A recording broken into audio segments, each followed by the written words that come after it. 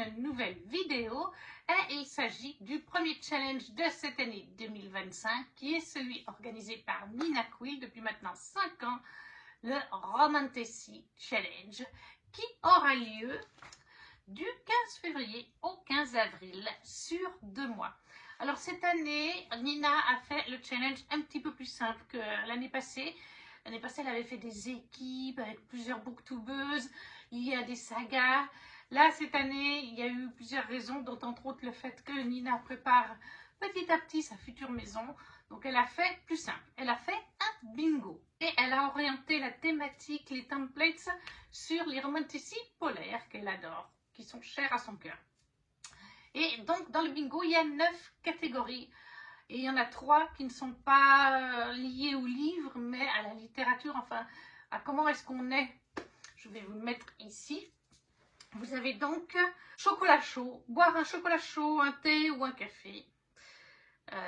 Regardez un sprint live de Nina. Elle fera plusieurs sprints sur Patreon et sur YouTube. Ou lire sous le plaid. Voilà, donc ces 3-là sont faciles à valider et c'est pas vraiment des livres. Ce qui fait qu'en tout, il y a vraiment 6 catégories pour les livres. Comme c'est un bingo, vous gagnez 1 point par catégorie validée, mais quand vous faites une ligne en diagonale, en horizontale ou de biais, vous gagnez 15 points. Non, 5 points d'un coup. Oui, voilà, c'est 5 points quand on a un bingo. Donc on peut faire jusqu'à, je ne sais plus, une cinquantaine de points ou quelque chose comme ça. De toute façon, oui voilà, le maximum de points c'est 49. De 1 à 10 points, Romantasy Baby. De 11 à 30 points, c'est Romantasy Reader. Et de 31 à 49 points, c'est Romantasy Queen. Moi, c'est clairement celui que je vais viser. Et du coup, je me suis mis 6 livres pour l'instant. C'est une petite pile à lire, mais il y a de la VO en plus. Et puis, peut-être que je referai le bingo une deuxième fois, comme c'est vrai que le challenge dure 2 mois. Mais voilà, je suis partie déjà sur 6 livres. Parce qu'après, j'avais commencé à faire une pile à lire. Je m'étais dit, oui, je veux mettre des suites de sagas, des fins de sagas. Puis d'un coup, j'avais mis par exemple Daevabad. Et puis après, je me suis dit, oui, non, mais en fait, Daevabad, c'est pas du tout de la romantasy. Enfin, il y a un peu de romance dans la saga de Daevabad, mais c'est de la fantasy orientale. C'est vraiment la fantasy qui est majeure. La romance, c'est secondaire dans cette saga. Donc après, je l'ai enlevé. Et forcément, je pense que je lirai d'autres romantasy pendant ces 2 mois qui rentreront peut-être dans ces catégories. Mais pour le moment, on part sur une pile avec 6 livres donc. Et la première des catégories, c'est la romantasy polaire. D'habitude, c'est romantasy tout court. Là, Nina nous demande une romantasy polaire. Et j'en avais 2 ou 3 en tête. Par exemple, La Fairy-Loot que Nina a lu, c'est de la box romantasy, justement. Et là, Elia Fields, je crois que c'est le nom de l'autrice. Il me fait bien envie, l'esthétique du livre, le résumé, avec des faets. Mais j'avais vu les notes sur Livre Addict, n'étaient pas fameuses. Et Nina l'a lu, ça avait bien commencé. Et au final, elle ne lira pas la suite. Ça l'a déçue. Donc, j'avoue qu'entre les notes et ça me refroidit un peu. Mais éventuellement, deuxième livre polaire, j'aurai celui-là. Mais en premier, je me suis mis Bonded by Thorns d'Elizabeth Helen, oui, tout à fait. C'est l'édition Fairy-Loot. On ne dirait pas une fantasy polaire, non, c'est vrai. Vraiment, même à l'intérieur, il ne fait pas vraiment polaire. Mais il l'est. Mais c'est bien une fantasy polaire, une romantasy polaire, puisque Nina l'a lu cet hiver. Elle l'a lu en français. En français, ça s'appelle aussi Bonded by Thorns. C'est sorti chez Chatterley. Et la couverture en français est dans les tons bleus avec des roses un peu justement givrées. Je crois qu'à l'intérieur, il y a un peu un effet neige. Et en effet, Nina a bien confirmé. Elle l'a mis dans ses romantasy polaires. Elle a fait une vidéo là il y a quelques semaines. Et elle l'a mis dedans parce que ça en est bien une. Puisque, en fait, on est sur une réécriture de La Belle et la Bête. Avec une jeune femme. Oui, les éditions Fairy-Loot, il n'y a pas de résumé derrière. Rosalina, voilà, c'est Rosalina. Et si je me souviens bien de ce que Nina disait, Rosalina vient de notre monde, elle va débarquer dans un monde avec la magie, avec des faées. Et en fait, Rosalina va se retrouver au château de 4 seigneurs de cours différentes, dont un c'est de la cour de l'hiver. Et c'est celui-là qui est mis en avant dans le tome 1, le seigneur de la cour de l'hiver. C'est pour ça que ça rentre très bien dans le romantasy polaire. Et donc, ils sont 4 messieurs, 4 seigneurs des saisons. et elle va se lier avec eux. Ils ont une malédiction, comme toujours dans La Belle et la Bête, puisque c'est une réécriture, hein. Et elle doit les aider à enlever cette malédiction, mais elle va avoir un harem inversé. Les 4 jeunes hommes s'intéressent à elle, elle s'intéresse aux 4 jeunes hommes. Je pense, de ce que je me rappelle de ce que Nina a dit, il y a des scènes spicy dedans. Je sais aussi qu'il y a par exemple 2 des seigneurs ou princes qui sont déjà en relation les 2 ensemble, mais qui vont aussi être avec la jeune fille, donc un petit peu polyamour à quelque part. Voilà, ça c'est vraiment une réécriture de La Belle et la Bête en mode spicy. Et puis bien sûr avec, pour ce tome 1, un fond de romance polaire, d'où le fait que je l'ai mis dans Romantici polaire.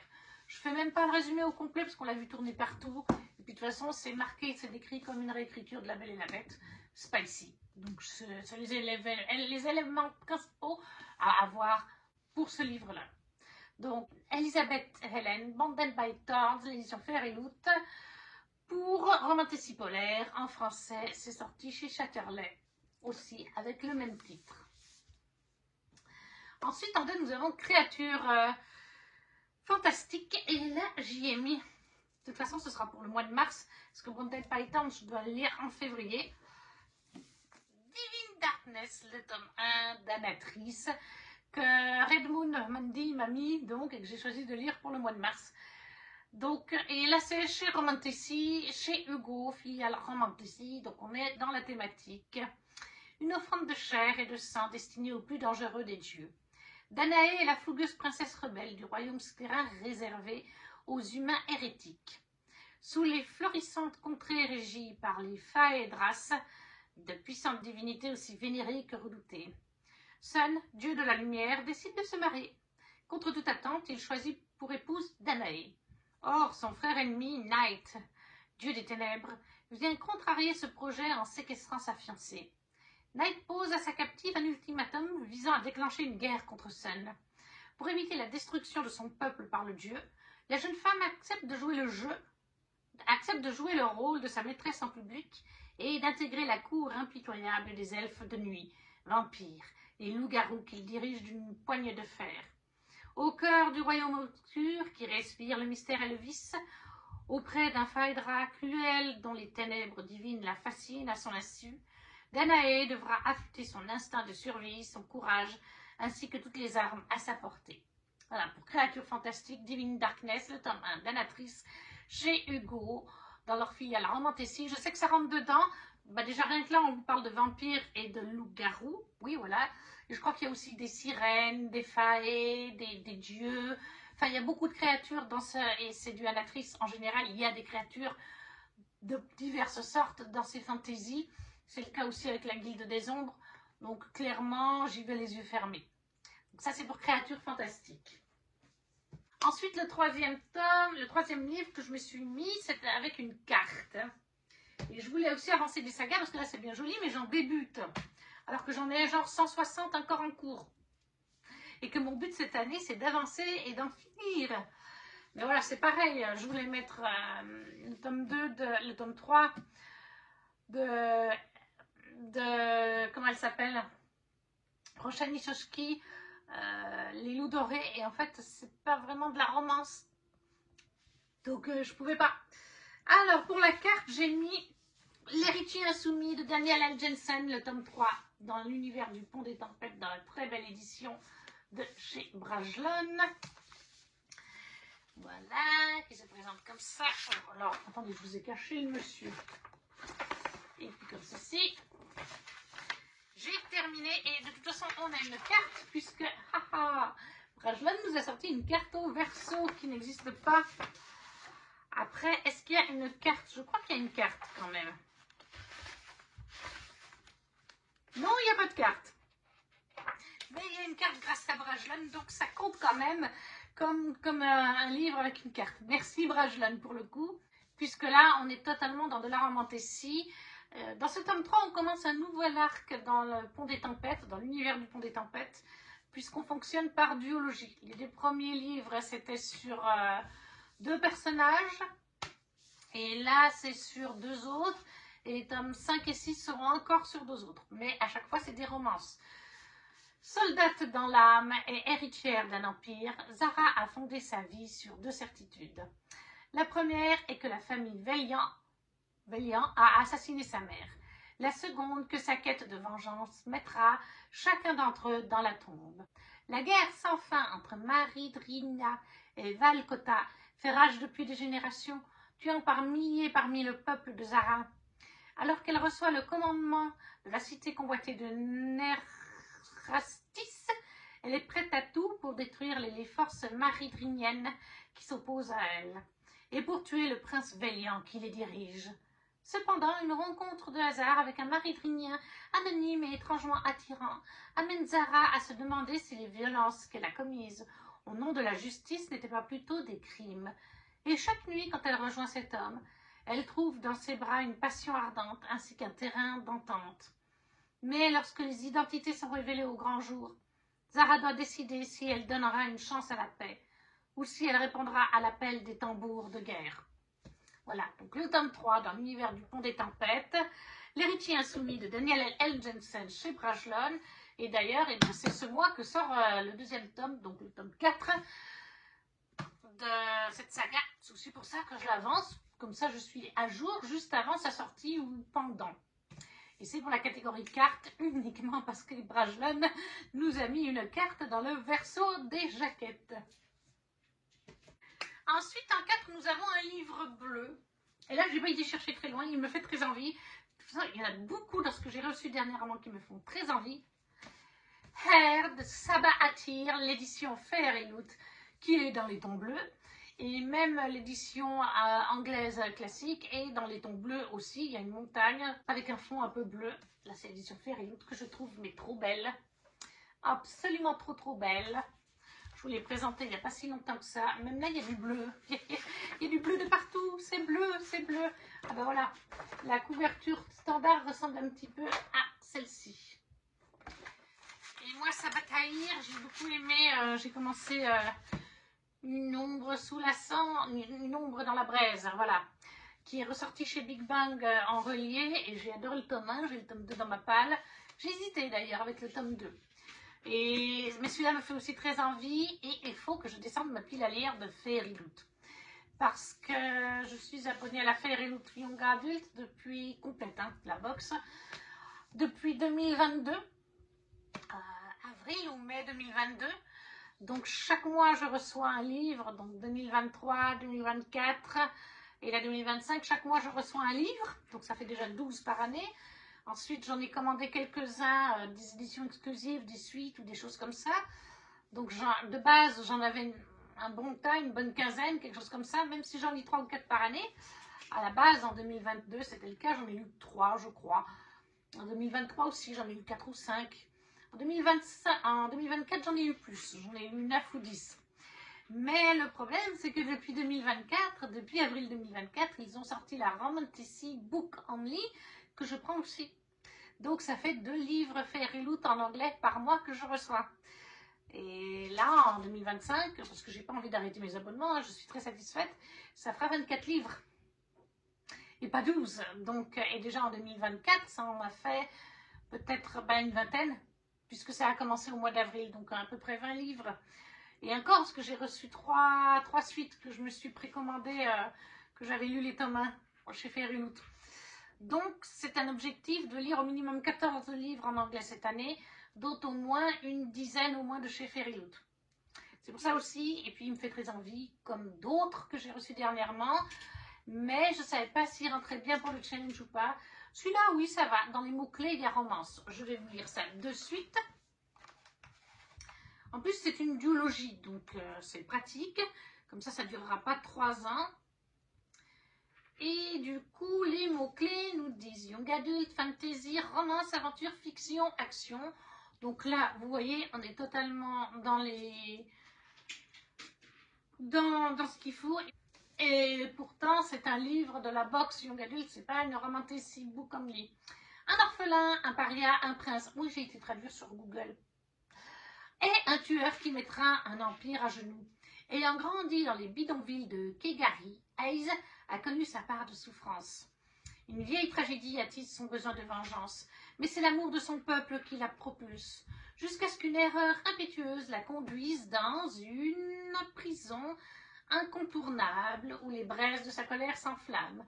Bannie de sa tribu pour un crime impardonnable, Saoirse est une traqueuse malchanceuse qui parle à la terre, à l'air et à l'eau pour retrouver ses traces. Dès minuit, elle accepte de traquer un tueur qui a assassiné des enfants à travers l'Empire. Tout ce qu'elle a à faire, c'est d'effectuer le travail et d'être payée. Mais ensuite, elle tombe amoureuse d'un fugitif charismatique et gênant qui ne cesse de se mettre en travers de son chemin.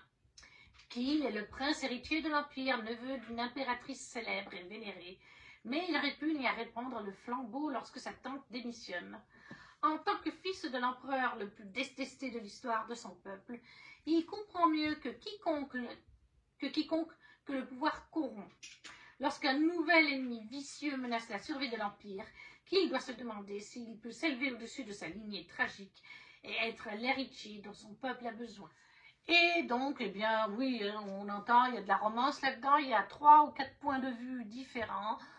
Voilà, moi, il me fait très très envie que ce soit le résumé, les mots-clés, le livre en lui-même, la plume de l'autrice, grâce à son autre saga.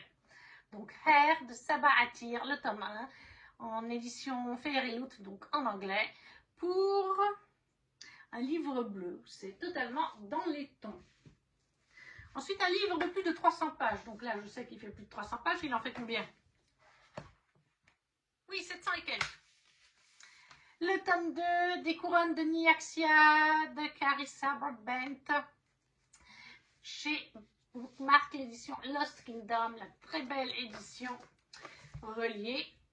Surtout que le tome 3 sort ce mois-ci, en février. Mais oui, c'est ça. Le tome 3, c'est les 2 seuls que j'ai commandés ce mois-ci, comme je suis toujours au niveau budget très serré. C'est celui-ci et le tome 4 du Pont des Tempêtes, parce que c'est des sagas que j'attends impatiemment. Ici, on est avec, comment t'appelles-tu déjà? Je ne sais plus. C'est le tome 2. D'après ce que j'ai lu, ça fonctionne aussi par duologie. Donc, c'est-à-dire que là, le tome 2 concerne toujours la même romance que le tome 1. Mais le tome 3 qui sort en ce mois de février concernera d'autres personnages qu'on a découverts au fil de la duologie de base. Et je crois qu'il y aura 6 tomes aussi en tout, quelque chose comme ça. En tout cas, ça c'est sûr qu'il y a 4 tomes et que ça fonctionne par 2 livres pour chaque couple, comme pour le Pont des Tempêtes. Et donc, dans le premier tome, on suivait Oraya. Voilà, Oraya et...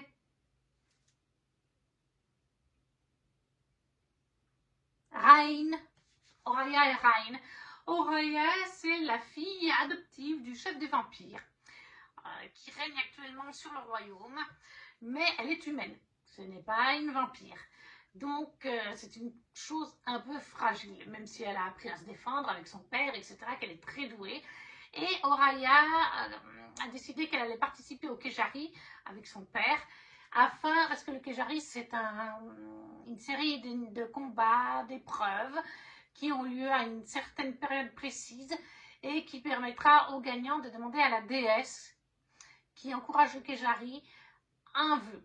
Et le vœu d'Oraya, ce sera qu'elle puisse être aussi forte que son père pour pouvoir régner à ses côtés. Voilà, ça c'est son vœu de base, pouvoir régner avec son père, être l'égale de son père, elle qui n'est qu'une simple humaine dans un royaume de vampires.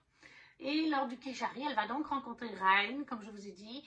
Rain, qui est un vampire d'un autre clan vampire, un peu ennemi à celui de son père, mais qui ne règne pas. Donc actuellement, c'est vraiment le père d'Oraya, le vampire suprême, avec cette famille et son clan de vampires.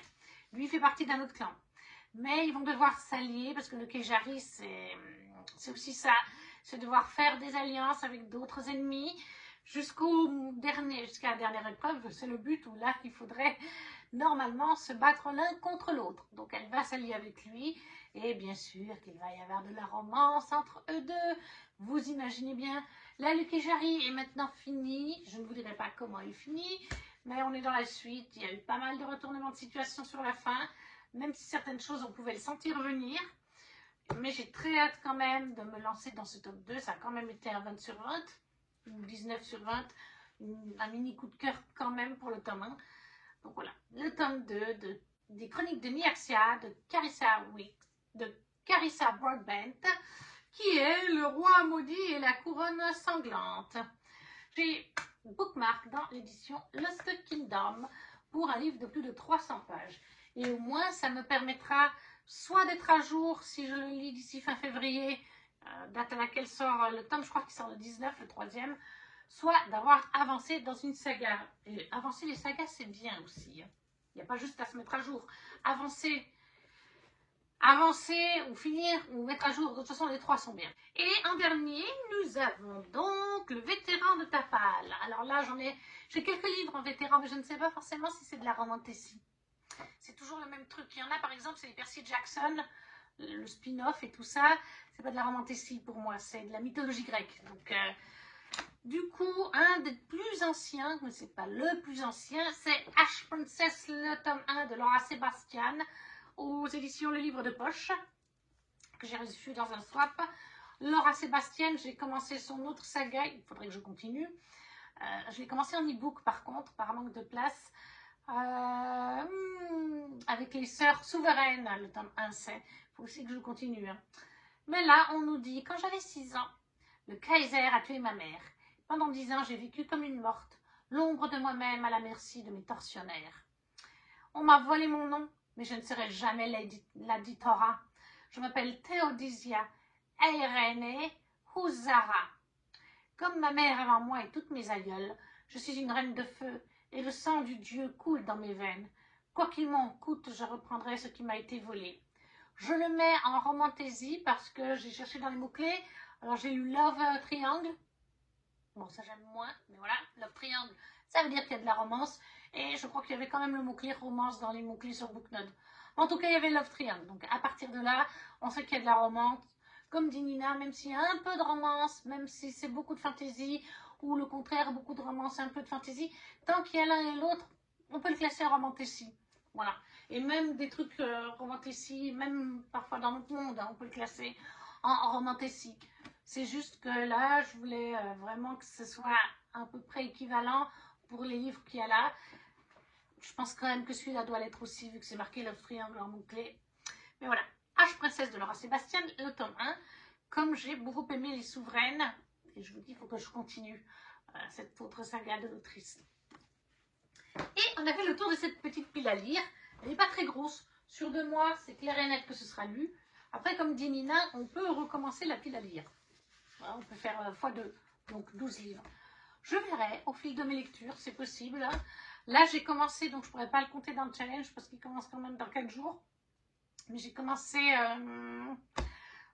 Slaying the Prince. Comment ça s'appelle déjà?